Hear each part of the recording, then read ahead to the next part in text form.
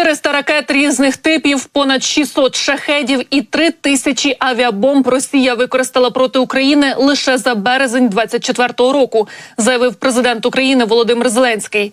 Врятувати життя українців та убезпечити міста можуть надійні системи ППО. Патріоти в руках українців довели, що всі форми російського терору можуть програти. І це потрібно. Потрібно для нашого Харкова та всіх інших міст і громад, чиє життя зараз під російськими ударами, наголосив Зеленський. Росія підступно обстрілює Харків. Держава-терорист атакує місто дронами, керованими авіабомбами та ракетами С-300.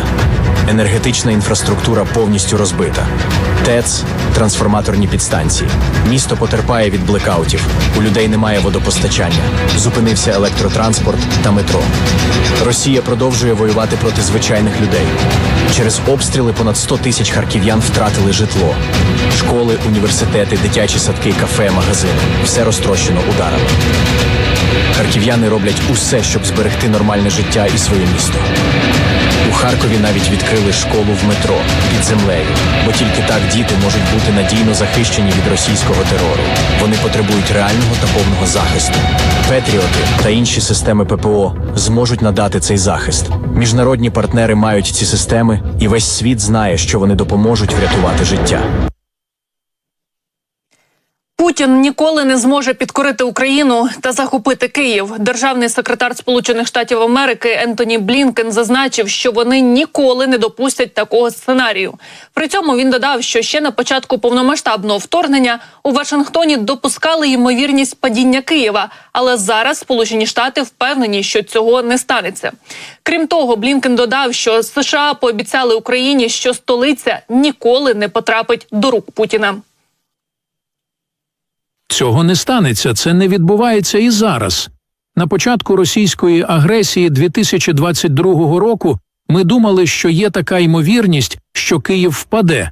Але завдяки неймовірному опору українського народу, а також завдяки підтримці бажання Путіна завоювати всю країну, стерти її з карти, зробити її частиною Росії, не було здійснено і не буде. Байден особисто застеріг Сі Цзіньпіна від підтримки Росії. Лідер Сполучених Штатів та лідер Китаю поговорили по телефону. Розмова відбулася вперше після особистої зустрічі у Каліфорнії в листопаді минулого року.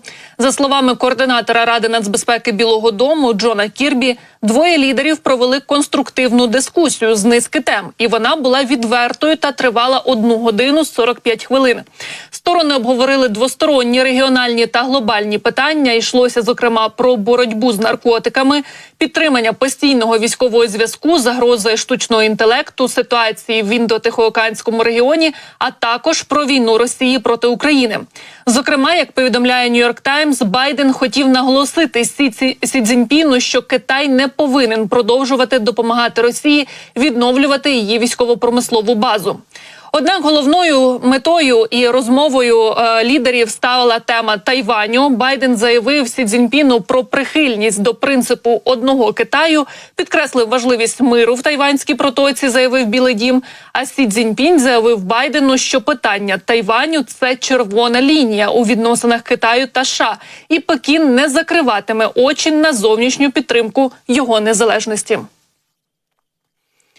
Призов з 25, повторний медогляд, обмежено придатних та електронний реєстр військовозобов'язаних. Президент України Володимир Зеленський підписав низку мобілізаційних законів. Згідно з ними, призовний вік зменшили на 2 роки. Міноборони отримає дані з держреєстрів про громадян віком від 18 до 60 років. У міністерстві зазначили, що в цьому законі немає жодного положення щодо електронного вручення повісток.